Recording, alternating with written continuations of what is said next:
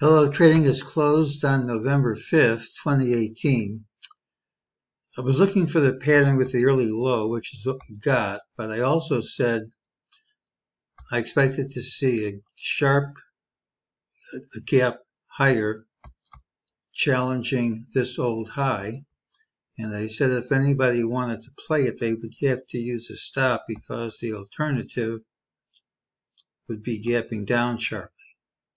Well, even though futures were down almost all night, we did gap up, but it was clear before the opening we weren't going to approach the old high. It was also clear before the opening we weren't going to gap down sharply. So before we even opened, the call was dead. And I don't get any credit for saying we'd gap up and have a rally. The call was just killed because it was obvious before the open it wasn't going to be correct. Well, you can't win them all. During the day, MEJT said this rally was a false move, gives us a target of 27.2604.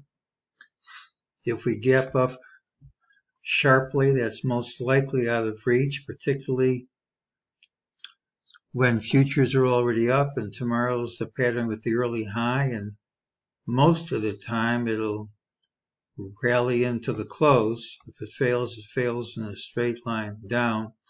All those things make gapping up sharply plausible, but if we don't, that's my call. My feeling about this, and you have to hedge a bit here because the election can throw everything out of kilter. I think this recovery is running out of steam. We have a peak around my dates. These dates don't always work, but they don't always fail either.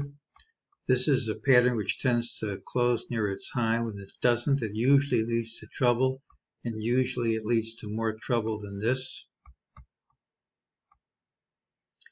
Here's the McClellan oscillator on the NASDAQ. When you go over the upper Bollinger Band and then reverse, it makes a high. That's not enough for me to call it a reversal yet. But if we reverse, it's at least from a plausible level. The general idea is that we've had the first leg down. This could be A, but it doesn't have to be. This is 5 waves down, but you could also count this as only wave 4, especially when waves 2 and 4 usually have different constructions. One's usually simple, one's usually complex.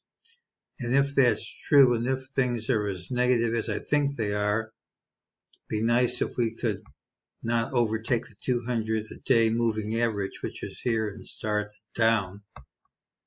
Doesn't mean it has to end there. If that is where it ends, you can have some nice Fibonacci relationships. If that's an A and that's a B, you'll see how A and C have a nice Fib relationship. So if it reverses from here, it's plausible. But plausible and guaranteed aren't the same thing. So tomorrow's a pattern with the early high. Doesn't mean you won't gap down first. If we don't gap up first, then gapping up is not ruled out. But if we don't gap up first, that's my target. And I'm starting to think that we're running out of steam on the upside, but it's not a lock quite yet. And that's today's call.